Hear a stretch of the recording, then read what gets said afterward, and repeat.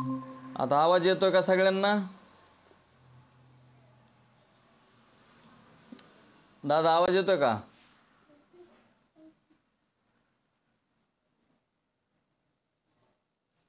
आवाज येतोय ना? बर बर. बोला पुंडलिका वरदे हरी विठ्ठल श्री ज्ञानदेव तुकाराम श्री ज्ञानेश्वर माऊली महाराज की जय. गोपाल श्री कृष्ण भगवान की जय. सच्चिदानंद रोहिदास भगवान की जय. सब संतन की जय. आत्मरूप गणेशु केलिया समरण. होय सकळ विद्यांचे अधिकरण तेची वंदू चरण श्री सद्गुरूचे ते नमस्कारण्याता. गुरुर् ब्रह्मा गुरुर्विष्णू गुरुर्देव महेश्वरा. श्री गुरु साक्षात परब्रह्मेन तस्मेन श्री गुरुरे नमः. तर आपण कालचा पाठ आपला पहिला संपलेला असून हा दुसरा पाठ आहे. आणि या दुसऱ्या पाठामध्ये पहिला दृष्टांत आहे भ्रमाचा विपरीत बुद्धिविषयक दृष्टांत. भ्रम झाल्यावर म्हणजे कसा भ्रम होतो, दृष्टांत कशाला म्हणतात आणि सिद्धांत कशाला म्हणतात, तर ते आपण आज पाहणार आहोत. तर दृष्टांत हा सांगण्यासाठी असतो, तर तो सिद्धांत कळण्यासाठी. आता दृष्टांत सांगायचा आणि सिद्धांत कळून घ्यायचा. तर दोन शब्द हे अत्यंत महत्त्वाचे आहेत, कारण दृष्टांत आणि सिद्धांत. दृष्टांत सिद्धांत कळण्यासाठी असतो. तर जीव म्हटल्याने जो अविद्या उपाधिक प्रत्येकात्मा, त्याला पुष्कळ दिवसाचा भ्रम झालेला आहे. जीवाला काय झालेला आहे? पुष्कळ दिवसाचा भ्रम झालेला आहे. म्हणजे अनादिकालापासून भूल पडलेली आहे. अनादिकालापासून काय झालेलं जीवाला, की कशाची भूल पडली? अनादिकालापासून भूल पडलेली आहे. तिच्या योगाने जीवात्म्याने आपला स्वतःचा देह तोच आपण असे मानलेले आहे.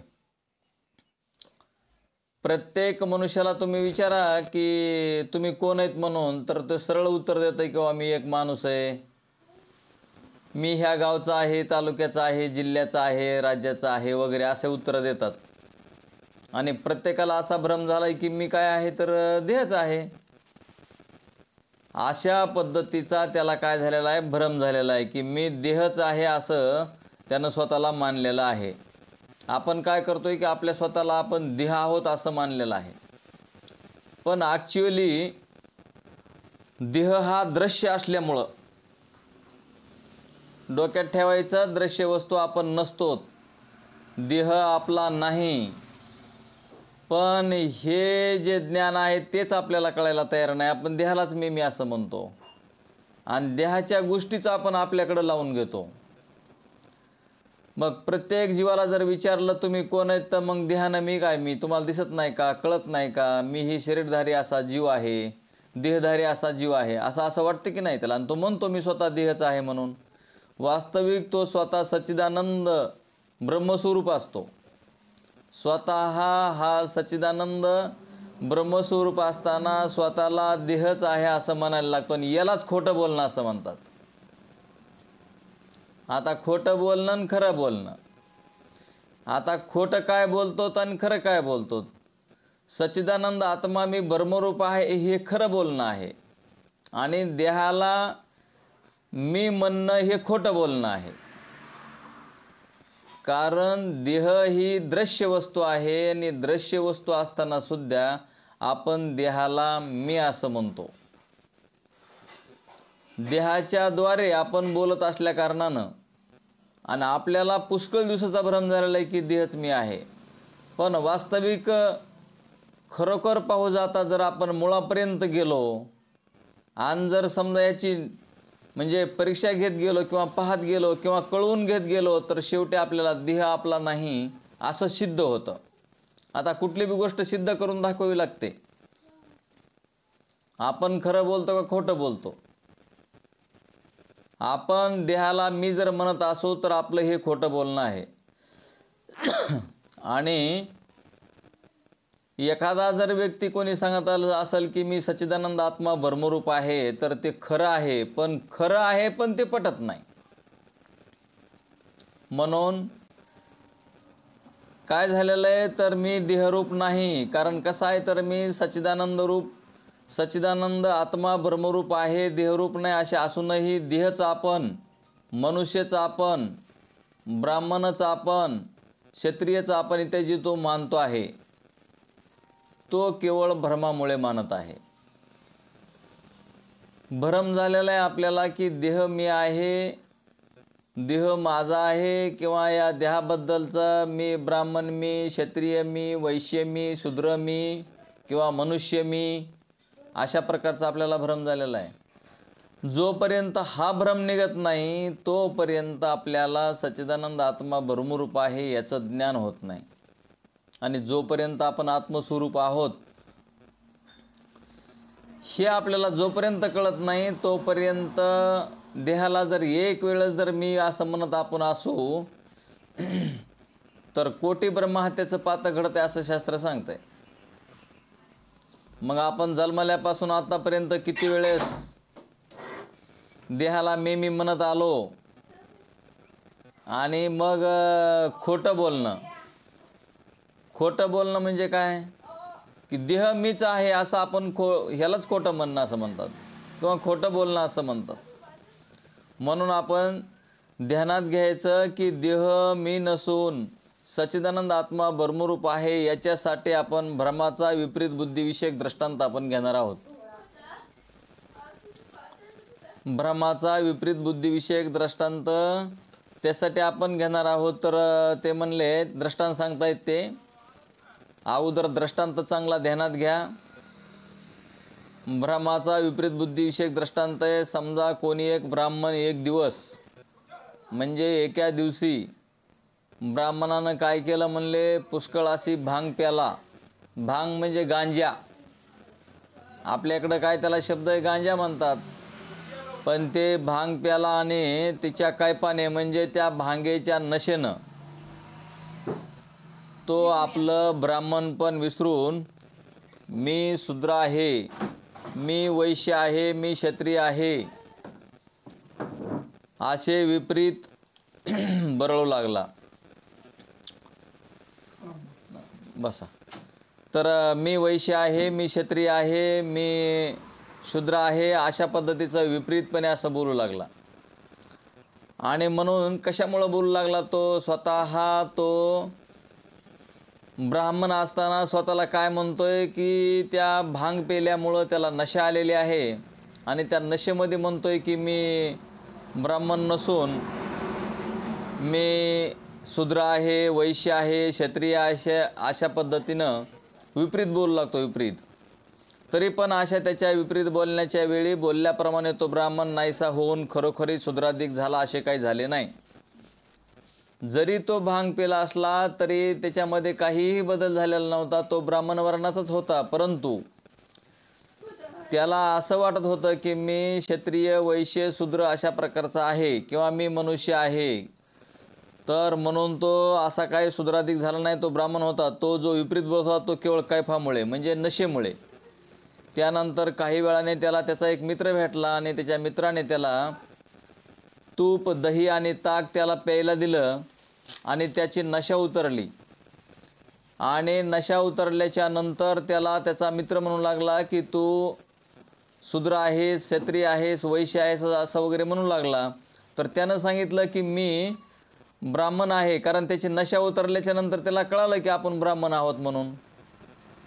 परंतु त्या भांगेच्या नशेमुळे, गांजा पिल्याच्या नशेमुळे त्याला असं वाटत होतं की आपण ब्राह्मण असून सुद्धा मी क्षत्रिय, शूद्र वगैरे असं म्हणत होता. परंतु तो तसा होता का, तो ब्राह्मण जातीचाच होता. परंतु त्याला ती नशा आल्यामुळं त्याला तसं वाटत होतं की आपण शूद्र आहोत, वैश्य आहोत, आपण मनुष्य आहोत वगैरे असं म्हणत होता तो, आहे की नाही. तर त्याच्या मित्राने ज्यावेळेस त्याची नशा उतरली, आंबट जर दिलं का प्यायला, नशा जे नशा करतात त्यांना आंबट पाहिजे असं बघा. आंबट म्हणजे दही, ताक, तूप हे जर पाजलं तर नशा उतरून जाते. आणि मग त्याला आपण आपली नशा जर त्याची गेली तर त्याला किती जरी त्याने, आता बघा दारू पिलेले माणसं किंवा गांजा पिलेले माणसं काहीतरी बोलून जातात आणि त्यांची नशा उतरली की ते म्हणतात आम्ही काय बोललोच नाही म्हणतात. ते रात्री ते दुसऱ्याबरोबर भांडणं करतात आणि सकाळच्याला विचारलं का भांडणं केले, तर मी म्हणे केव्हा भांडणं केले, म्हणे मी भांडणं वगैरे काहीच केले नाही, कारण तो रात्री नशेमध्ये बरळत होता. आणि तशाच पद्धतीचा हा दृष्टांत आहे. त्यानं गांजा पिला ब्राह्मण आणि मग तो म्हणतोय की मी शूद्र आहे, वैश्य, क्षत्रिय वगैरे. तर अशा पद्धतीचा हा दृष्टांत आहे. त्याची नशा उतरल्यावर तो खरं बोलतो. तसं या दृष्टांताचा विपरीत बुद्धी राहत नाही म्हणतात त्यांना. मग दृष्टांताचा असा सिद्धांत आहे. हा दृष्टांत तुम्ही म्हणता का घेतला, तर हा दृष्टांत सिद्धांत कळण्यासाठी घेतलेला आहे.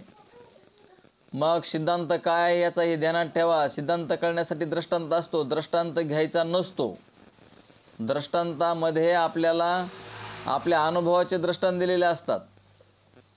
मग सिद्धांतामध्ये काय सांगितलेलं आहे, तर त्या प्रत्येक आत्मा म्हणजे प्रत्येक मनुष्याला अज्ञानरूपी कैपाच्या योगाने अविद्या कल्पित त्याला काय झालेलं आहे, तर अज्ञानरूपी कैप म्हणजे तिकडं त्या ब्राह्मणाला गांजा पिऊन नशा आली होती, तशी इथं यांना अज्ञानरूप कैपाच्या योगाने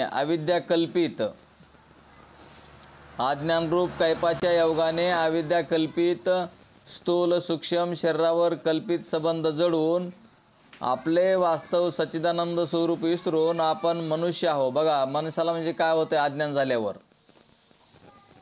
तर आपलं खरं स्वरूप विसरून आपण या देहालाच, तर कशाची आपल्याला नशा आली, तर आपल्याला अज्ञानामुळं असं घडतंय.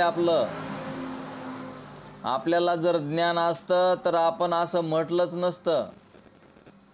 ज्यावेळेस तुम्हाला हे ज्ञान होतं त्यावेळेस तुम्ही किती जरी म्हणलं का देह तुम्ही आहेत, तरी तुम्हाला खात्रीशीर पटल्यावर तुम्ही देह तुमचा नाही आणि देह तुम्ही नाहीत हे तुम्हाला ज्या दिवशी पटेल त्या दिवशी मग खात्रीशीर तुम्हाला असं कळतं की, आणि तो अज्ञान रूपानं काय म्हणतोय प्रत्येक वेळेस मनुष्य, तो हे जे आपलं शरीर आहे त्या शरीरावर, या शरीराला आपण मनुष्य आहे का नाही, मनुष्याचं शरीर आहे असं म्हणतो आपण. तर ते स्वतःला म्हणतो की मनुष्य आहो, आपण ब्राह्मण आहो, आपण क्षत्रिय आहो, आपण वैश्य आहो, आपण शूद्र आहो, आपण ग्रस्ताश्रमी आहो, आपण त्यागी संन्यासी आहो, आपण पुरुष आहो, आपण बायको आहो, आपण जन्मतो, आपण मरतो, असा विपरीत अध्यास भ्रांतीमूलक समजूत करतो. ध्यानात येत आहे का? म्हणजे त्याला काय अज्ञानामुळं काय व्हायला लागले, ते या देहालाच मी असं म्हणतोय. तो ध्यानात घ्या, हे खोटं बोलणं आहे.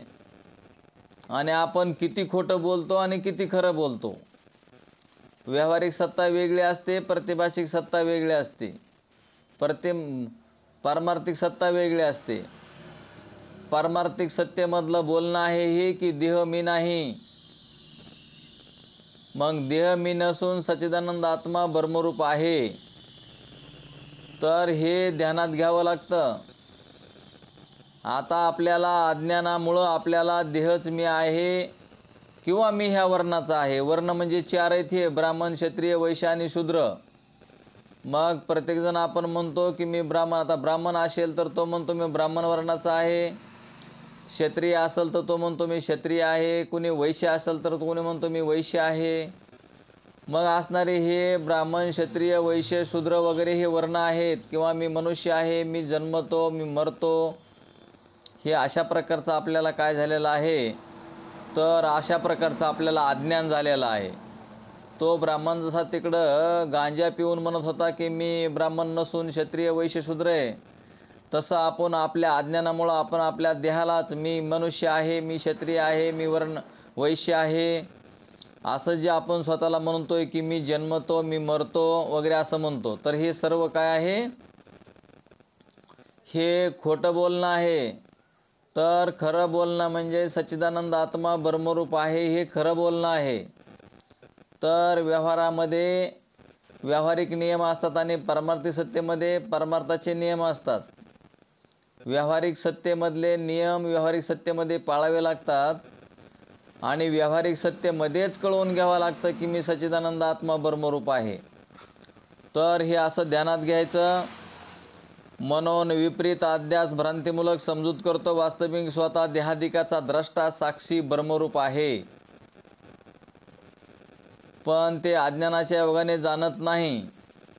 आपण द्रष्टा आहोत, आपण साक्षी आहोत, आपण ब्रह्मरूपच आहोत.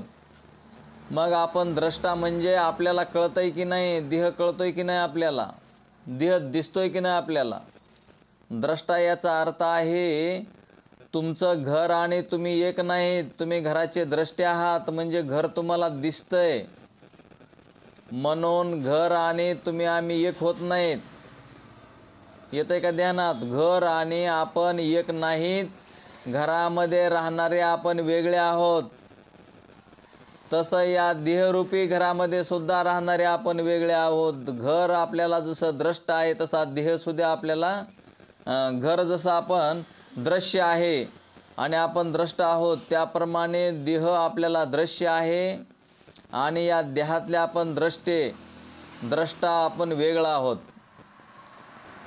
हे किती जरी सांगितलं तरी हे आपल्या डोक्यात बसत नाही, कारण आपल्याला अनंत जन्मापासूनचे संस्कार आहेत की देहच मी आहे म्हणून. एवढं जरी आपल्याला कळालं की मी द्रष्टा कसा वेगळा आहे दृश्यापेक्षा, याच्यावरून मी देह नाही हे सिद्ध होतंय, ध्यानात ठेवा. आणि देह माझा नाही तर मग हा देह कोणाचा आहे? तर हा देह पंचमहाभूताचा आहे. याच्यावरून माझा देह आपण म्हणतो, हे खरं आहे की नाही? मग माझा देह म्हणणारी माझी जी वस्तू असते, आता तुम्ही तुमच्या घरामध्ये पहा, इकडं तिकडं वस्तू पडलेल्या असतील आणि त्या वस्तूला तुम्ही माझ्या वस्तू असं म्हणता. घराला माझं म्हणलात तर माती दगडापासून बनवलेलं आहे, खुर्चीला माझं म्हणलात तर प्लॅस्टिकपासून बनवलेली आहे, कोटला माझं म्हणलात तर लोखंडापासून बनवलेली आहे. मग आतनं असणारं जे उपादान कारण प्रत्येकाचं वेगवेगळं आहे, तर त्या उपादान कारणापासून ती वस्तू बनत असते. तसं असणारं हे घर माझं म्हणतो, खुर्ची माझी म्हणतो, कोट माझा म्हणतो, बंगला माझा म्हणतो, बायको माझी म्हणतो, सर्व माझं म्हणतो. माझं म्हणतो पण बनलेलं असतं पंचमहाभूतापासून, आणि पंचमहाभूतापासून बनलेल्या वस्तूला दुसऱ्याची वस्तू जर आपण आपली मानलं तर आपल्याला ते चालत नाही, ध्यानात ठेवा. त्यासाठी तुम्हाला मी ते एक दृष्टांत सांगितलेला होता, दुसऱ्याची वस्तू आपली म्हणू नये. त्यासाठी शॉर्टमध्ये की रेल्वेमध्ये बसून चाललेल्या माणसानं ते सोन्याची पेटी असं गृहीत धरू आपण. आता सोन्याची पेटी कोणी सोडील का हो? माझीच म्हणील का नाही? मग त्या सोन्याच्या पेटीमध्ये प्रेत टाकून घेऊन चालला होता आणि हा एका स्टेशनवर उतरून गेला आणि तो म्हणला माझी पेटी सांभाळा. त्याला बरंच झालं आता ते पेटी. मग आता त्या पेटीमध्ये मात्र त्या एका मनुष्याचा त्यांनी खून करून त्या पेटीत टाकून त्याला कुठंतरी टाकून द्यायची होती. मग त्या दुसऱ्या स्टेशनवर तो उतरून गेला आणि मग ते टीशी आले आणि विचारतायत त्यांना की या पेटीमध्ये काय आहे, पेटी कोणाची आहे? तर हा म्हणतो टीशीला. त्या टीशीचा अर्थ आहे की त्या रेल्वेमध्ये ज्यांनी फिरले असतील त्यांना माहिती असते टीशी कोण असतात. ते आमच्या कुंभार साहेबांना माहिती आहे टीशी कोणाला म्हणतात ते. हो, ते असतात ते चेकिंग करणारे. आणि त्या चेकिंग करणारला सांगतो की पेटी माझी आहे म्हणून. आणि मग त्या पेटीचं, तुमची पेटी आहे तर तुमच्यापाशी किल्ली असायला पाहिजे ना, तर किल्ली नव्हती. मग त्याला असं वाटलं की पेटी तर आपली आहे असं म्हणतोय. आणि मग त्या पेटीमध्ये ज्यावेळेस टीशीने चौकशी केली, पोलीस वगैरे आले, त्यांनी ती पेटी उघडली, त्यावेळेस त्या पेटीमध्ये काय होतं तर प्रेत होतं. आणि मग हा आता अडकला का नाही? कारण दुसऱ्याची वस्तू आपली म्हणल्यामुळं तो अडकला की नाही त्याच्यामध्ये. तसं मायबापावर ध्यानात ठेवा. त्याला जेलमध्ये जावं लागलं. आता हे प्रेत तर माहीत नव्हतं कोणाचं प्रेत आहे, कोणी मारलं काय, त्याला काहीच माहीत नाही. मग दुसऱ्याची वस्तू आपण आपली म्हणणं किती खोटं बोलणं किती अंगलट येतं. तसं हे असणारं पंचमहाभूताचा देह आहे आणि या पंचमहाभूताच्या देहाला जर हा देह माझा आहे जर असं म्हणलं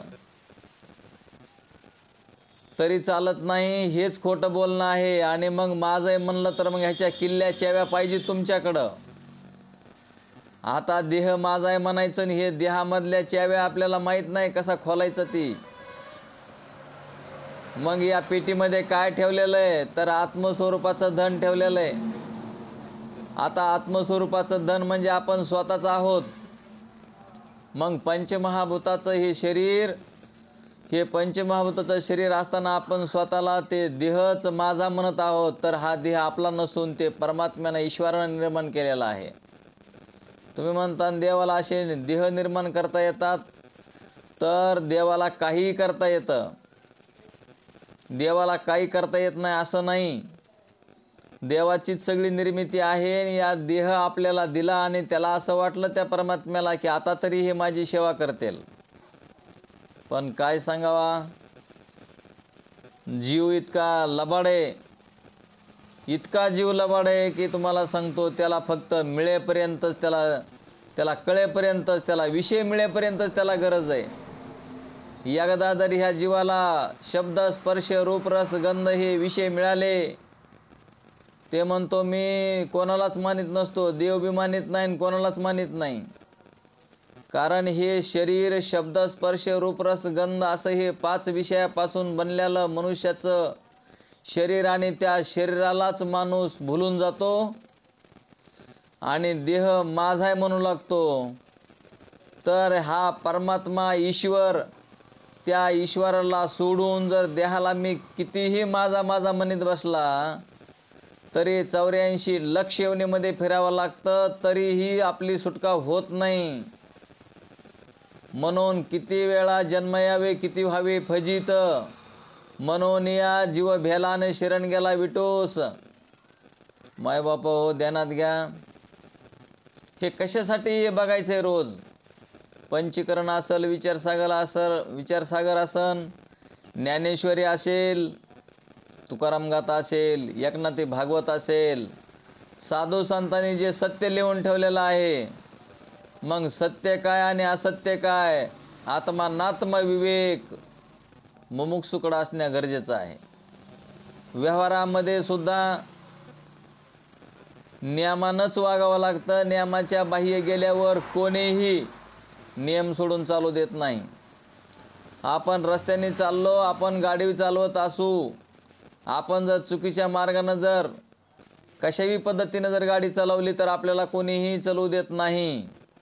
म्हणजे वैयक्तिक आपला स्वतःचाच ॲक्सिडेंट होऊ शकतो, किंवा आपल्यामुळं दुसरं बी मरू शकतं आणि आपण बी मरू शकतो, म्हणजे नियम सोडला म्हणून.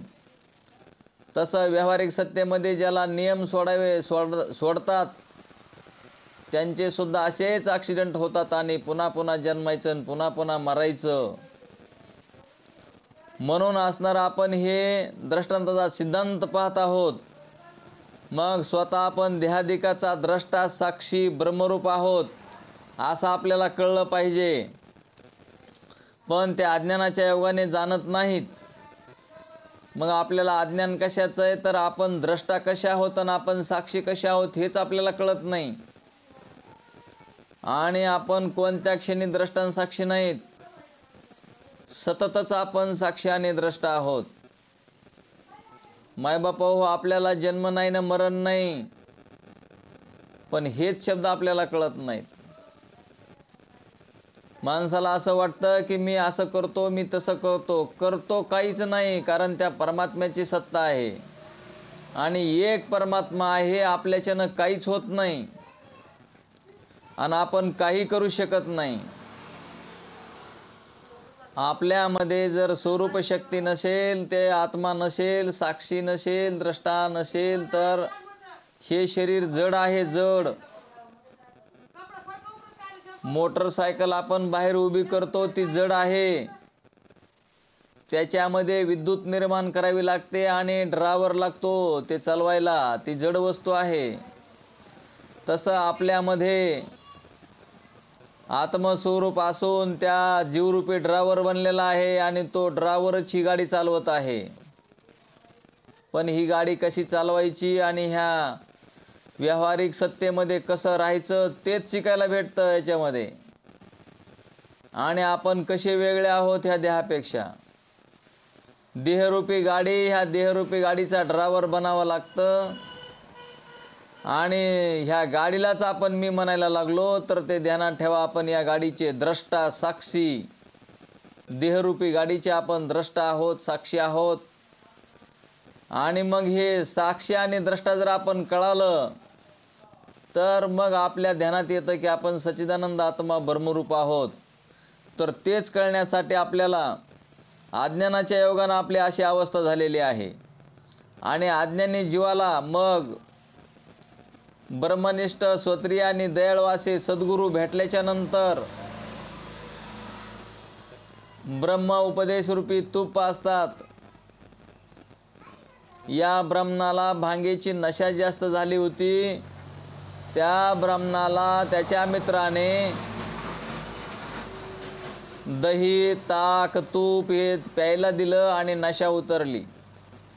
त्याप्रमाणे इकडे ब्रह्मनिष्ठ सद्गुरू, ब्रह्मनिष्ठ श्रोत्रिय आणि दयाळू असे सद्गुरू भेटल्यावर ब्रह्मविद्या उपदेशरूपी तूप असतात. ब्रह्मविद्येचा उपदेश करतात आणि ब्रह्मविद्यारूपी तूप पाजल्याच्या नंतर तेव्हाच त्याचा अज्ञानरूप कैप उतरतो. जोपर्यंत अज्ञानरूपी कैप आहे तोपर्यंत, अज्ञान जोपर्यंत आहे, अज्ञानरूपी कैप म्हणजे नशा आहे, तोपर्यंत मनुष्य कशालाही मानायला तयार होत नाही. पण ते ब्रह्मरूपी उपदेशरूपी तूप जर असणारं ते घेतलं आणि सेवन जर केलं, म्हणून असणारं त्यासाठी एक प्रमाण आहे.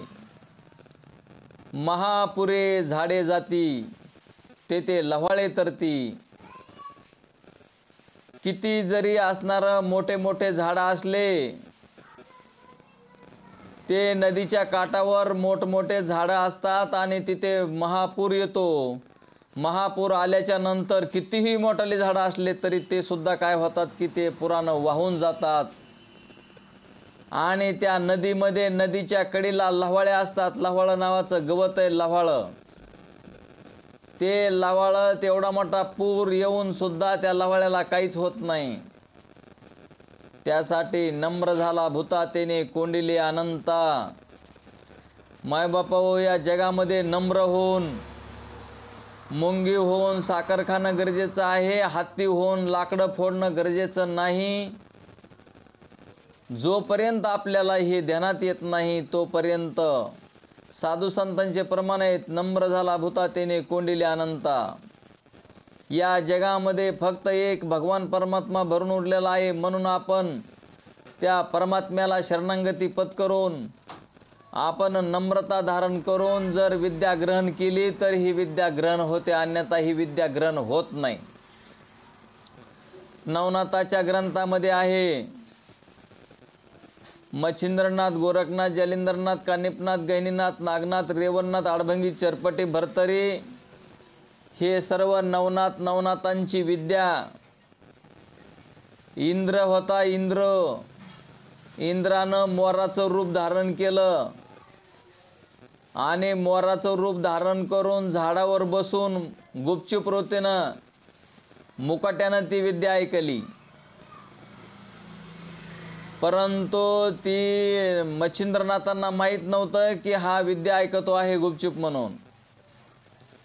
परंतु जेव्हा मच्छिंद्रनाथांच्या ध्यानात आलं की हा एका झाडावर बसून मोराचं रूप धारण करून ही ब्रह्मविद्या ग्रहण केली, तरी सुद्धा मच्छिंद्रनाथाने त्यांना सांगितलं की ही तुमची विद्या असफल होईल.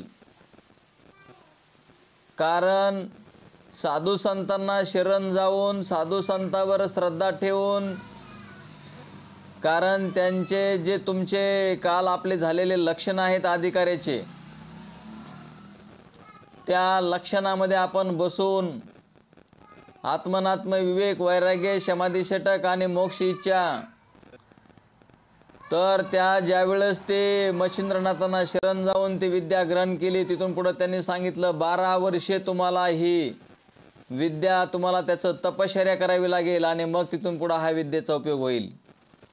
तसं साधू संतांना आपण शरण जाऊन त्यांच्याकडे शरणागती पत्करून जर ही विद्या ग्रहण केली तरच ती विद्या ग्रहण होते, अन्यथा ही विद्या ग्रहण होत नाही.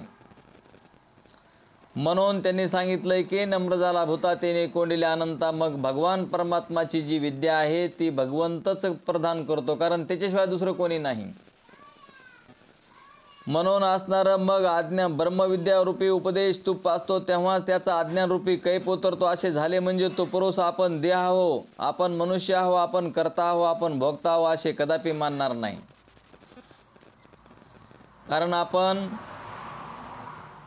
आपण साक्षी आहोत, आपण मनुष्य वगैरे नाहीत, आपण देह नाहीत, आपण करता भोगते नाहीत. आपल्या शरीराकडून हे कर्म करून घेतले जात आहेत रोजची रोज. सकाळी उठून तुम्हाला बाथरूमला जायला कोणी सांगितलं नाही, पण गेल्याशिवाय राहतच नाहीत.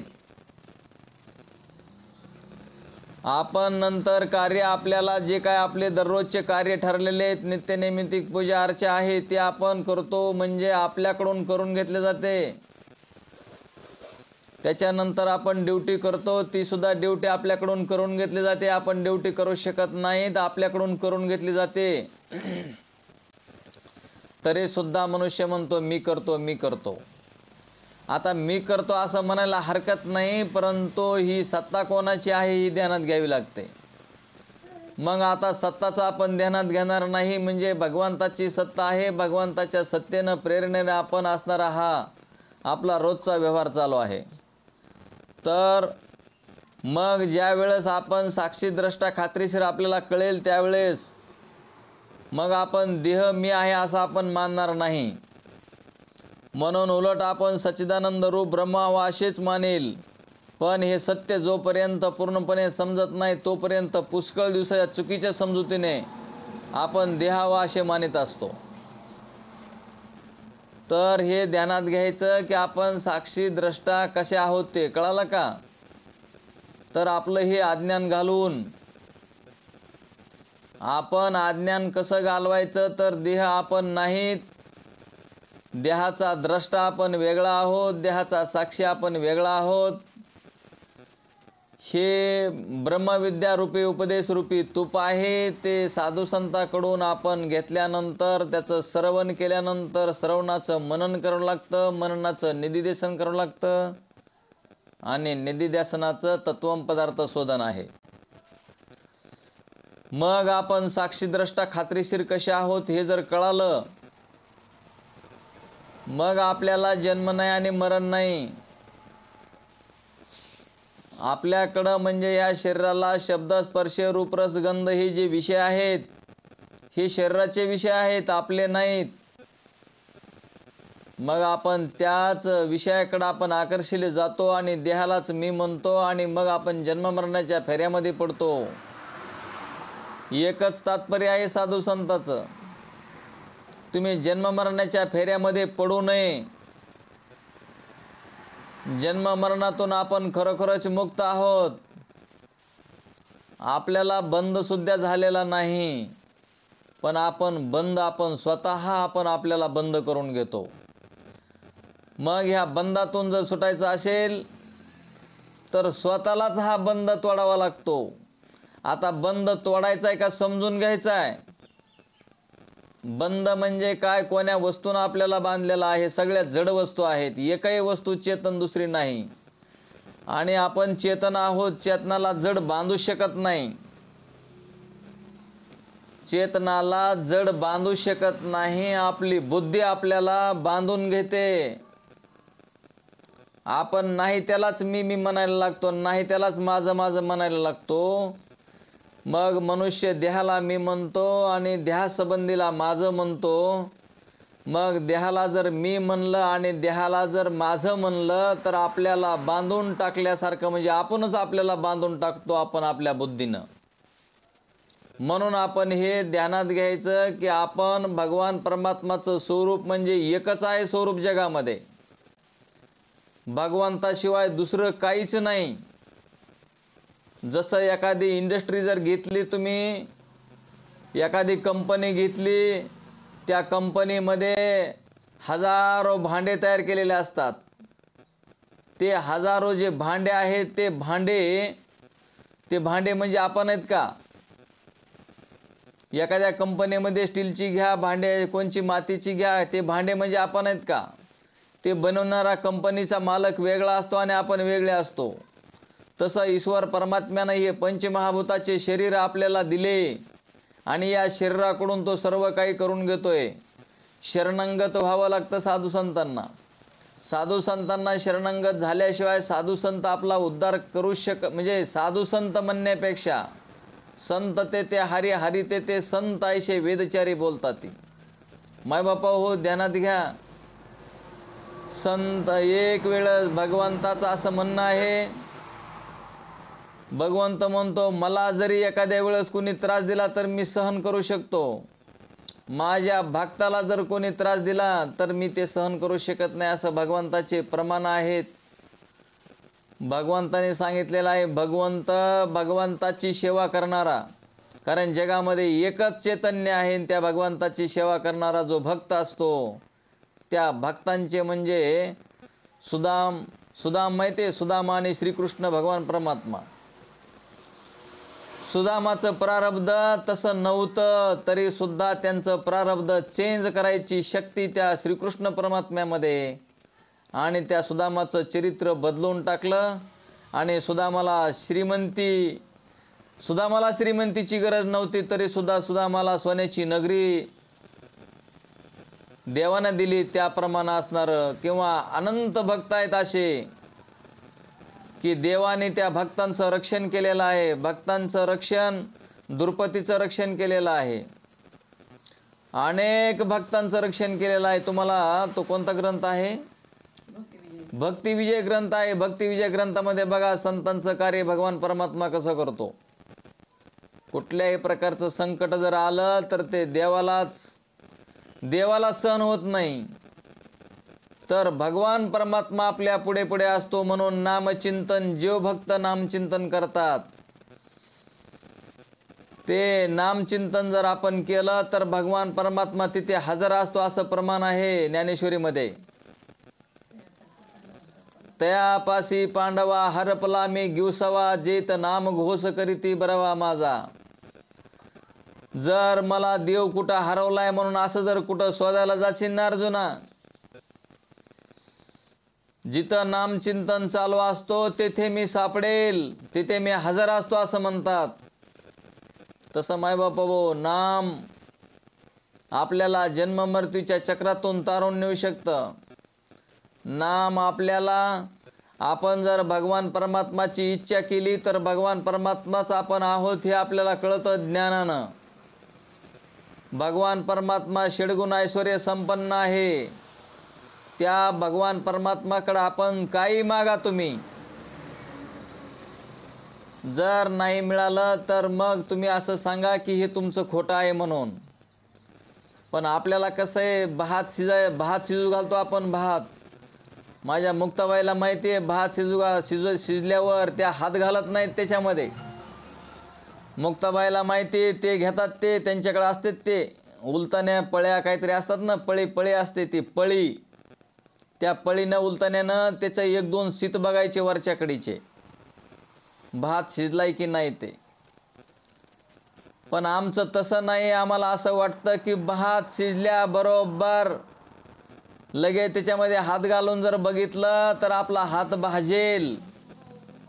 मायबापा हो, देवापाशी देवाला मागितलं तर मिळतं, ह्यासाठी सांगायलो तुम्हाला. पण त्याला काही कालावधी असतो की नाही. आता तुम्ही सांगा, राज्यपद पाहिजे आहे, देवाला जर मागितलं मी राजा व्हावा तर त्याला काहीतरी कालावधी जावा लागेल. मग हे एखाद्या नगरामध्ये त्याला पुन्हा त्याला जन्म मिळेल, पुन्हा मग तो राजा बनेल वगैरे. ते देवा म्हणजे कुठल्याही गोष्टीला टाईम आहे, वेळ आहे. देवाला काही मागा तुम्ही, इंद्रपद मागा, इंद्रपद मिळू शकतंय. चंद्रपद मागा, चंद्रपद मिळू शकतंय. राज्यपद मागा, राज्य मिळू शकतं. काय मागितलं ते मिळतं, कारण षड्गुण ऐश्वर्य संपन्न भगवान परमात्मा तो आपल्याला देण्यासाठी सज्ज असतो. पण अहो, हे सगळं नाशिवंत आहे. तुम्ही सांगा, एखादं राज्यपद मिळालं म्हणजे राजा सुखी असेल का? राजा सुद्धा सुखी नाही मायबापा हो, ध्यानात ठेवा. आपण एखादा आमदार होऊ द्या, आमदार सुखी नाही, खासदार सुखी नाही, पंतप्रधान सुखी नाही, ध्यानात ठेवा. आणि त्यांना श्रीमंत आहे असं म्हणत नाहीत, ध्यानात ठेवा. जो भगवंताचं नाम चिंतन करतो आणि ठेविल्यानंतर तैशीच राहावे, चित्त असू द्यावे समाधान, या समाधान स्थितीमध्ये जो राहतो तो खरा श्रीमंत. भगवान परमात्मा ज्याला समाधान आहे तो खरा श्रीमंत. ज्याच्या अंतकरणाच्या वरतीमध्ये बडबडी चालू आहे. आता तुम्ही सांगा, मी जर समजा भगवंताची सेवा करतो, माझ्या अंतकरणामध्ये बडबडी चालू आहे, माझ्या अंतकरणामध्ये दुःख होतंय, तर मग असणारी ही ओरिजिनल भक्ती नसून, आणि एवढं करूनही होतंय तर याचं एक कारण आहे, ध्यानात घ्या. प्रारब्ध असतं तर ते प्रारब्ध भोगून सारावं लागतं.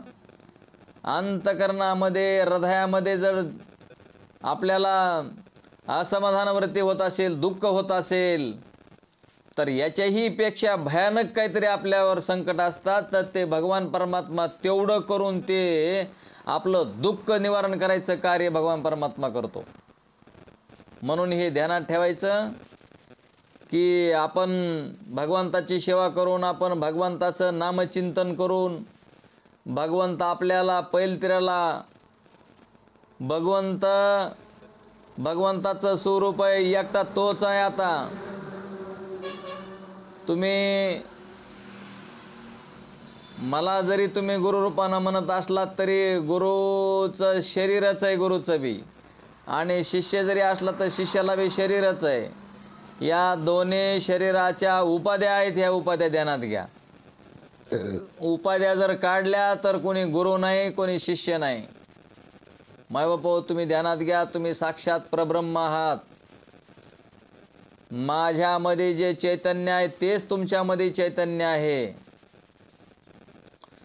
तुमच्या शरीरामधल्या चैतन्याची आणि माझ्या शरीरामधल्या चैतन्याची एक इंचीभर बी कमी जास्तपणा नाही किंवा लहान मोठेपणा नाही. म्हणून तुम्ही आम्ही परब्रह्म एकच आहोत, हे ध्यानात घ्या. सोन्याचे मणी आणि सोन्याच्या सुतामध्ये ओविले, सोन्याचे मणी आणि सोन्याच्याच सुतामध्ये ओविले तर कोणाची किंमत कमी, कोणत्या मण्याची किंमत कमी. इथं मायबापा ध्यानात घ्या, गुरु आणि शिष्य इथं भेद नसतो. गुरु शिष्यामध्ये भेद नाही. गुरु आणि शिष्य म्हणजे एकच असतो. आणि जर दोनपणा वाटत असेल तो गुरु नाही ते शिष्य नाही. शिष्याला विद्या ग्रहण करायची आहे म्हणून शिष्यानं नम्र होऊन विद्या शिकावी लागते. आणि गुरुचा अहमपणा येऊ नये, मीपणा येऊ नये म्हणून गुरु नाही. तर गुरुला म्हणजे ज्यांना अर्धवट ज्ञान असतं त्यांना ज्ञानाचा अहंकार येऊ नये, ज्ञानाचा गर्व होऊ नये. मी महाराज आहे, मी जपी आहे, मी तपी आहे, मी योगी आहे, मी एक महाराज आहे वगैरे वगैरे.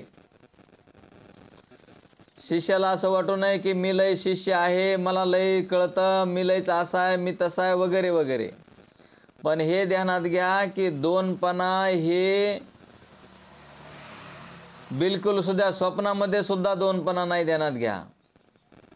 आपला हा शरीराचा कारभार व्यवहार व्हावा याच्यासाठी दोन शरीर अलग अलग मिळालेले आहेत, पण सत्ता मात्र एकच आहे. तुमच्यामधला आत्मा आणि माझ्यामधला जो आत्मा आहे तो एकच आहे, दोन नाही. याची परिचिती नामचिंतन करूनच घ्यावी लागते मायबापा हो. ते नामचिंतन करून आत्मज्ञान प्राप्त करून घेऊन, आता आत्मज्ञान प्राप्त करायचं आहे का? प्राप्तच आहे. आत्मज्ञान प्राप्तच आहे.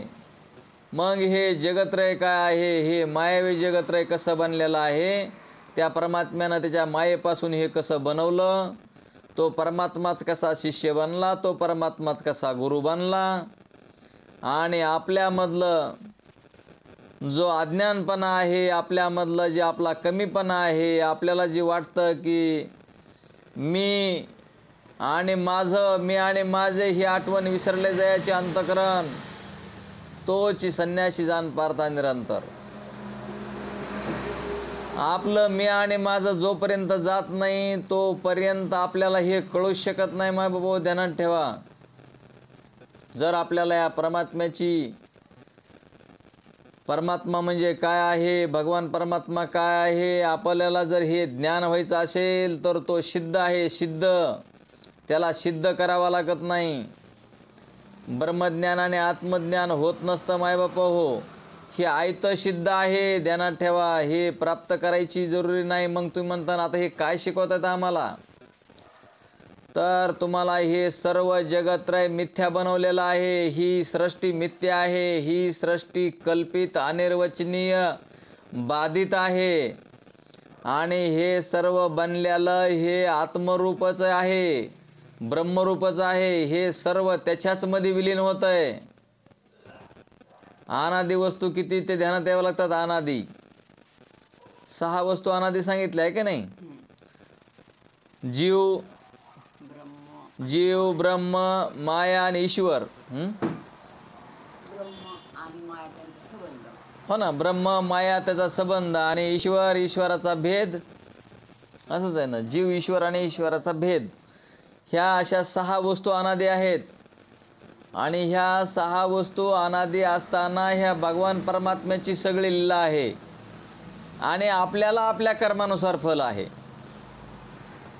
मग आपण आपले कर्म कसे करतो हे आपल्या अंतकरणाला माहिती असतं.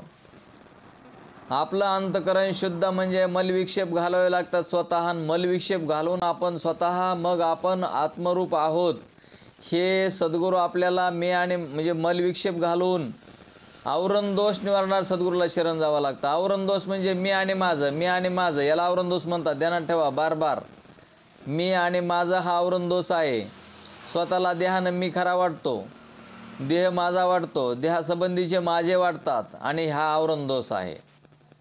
आणि मग हा आवरण दोष जोपर्यंत निघत नाही मी आणि माझं, तर मी आणि माझं घालण्यासाठी तर हे पंचीकरण, विचारसागर, अमृतानुभव, ज्ञानेश्वरी, भगवद्गीता, तुमचे उपनिषद, ब्रह्मसूत्र हे सर्व ग्रंथ आहेत. आणि सर्व ग्रंथामध्ये याच्याशिवाय दुसरं काहीच सांगितलेलं नाही.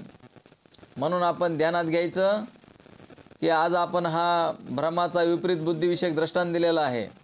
आणि तो दृष्टांत आपण चांगला कालचा झालेला पाठ, आजचा झालेला पाठ, डबल तो पाठ ऐकून आपण ही विद्या ग्रहण करावी. काही जर आमच्याकडून चुकत असेल तर तुमच्यामध्ये ब्रह्मतत्व म्हणजे परमात्मतत्व आहे.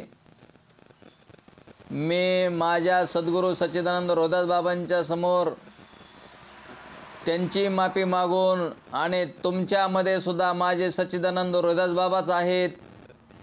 जर माझं काही चुकत असेल तर तुम्ही सर्वांनी मला क्षमा करून ही विद्या ग्रहण करण्याचा प्रयत्न करावा.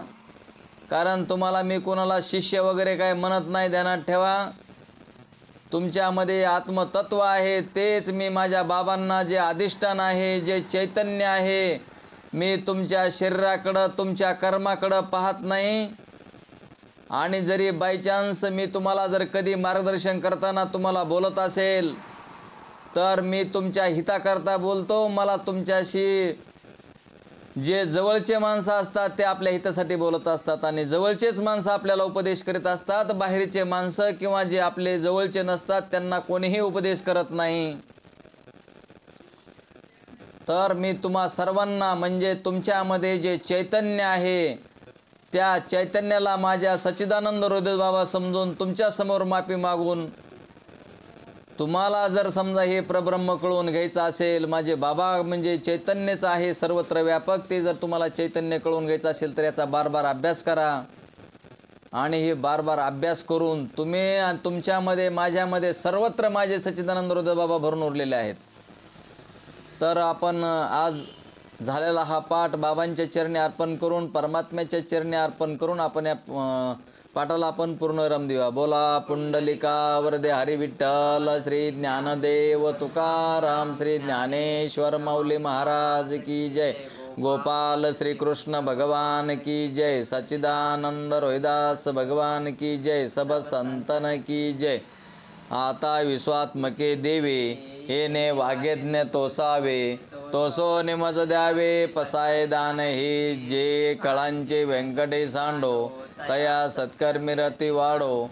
भूता परस्परे पडो मैत्र जीवांचे दुरितांचे तिमिरे जावो विश्व स्वधर्म सूर्य पाहो जो जे वांचेल तो ते लावो प्राणी जात वर्षत सकळ मंगळी ईश्वर निष्ठांची मांद्याळी अनाव्रत भूमंडळे भेटो तया भूता चला कल्पतरुचे आरव चेतना चिंतामणीचे गाव बोलते जार नव पियुषांचे चंद्रमे जे आलंचन मार्तंड जे तपहीन जे सदा सज्जन सोयरे होतो किंबहुना सर्व सुखी पूर्ण होऊन ते लोके भजे जो आदे प्रखे अखंडित आणि ग्रंथोपजीवे विशेषी लोकीये द्रष्टा द्रष्ट विजय हुवावे जी एत मने श्री विश्वेश्वरावो हा होईल दान पसावो येणे वरे ज्ञान देवो सुखिया झाला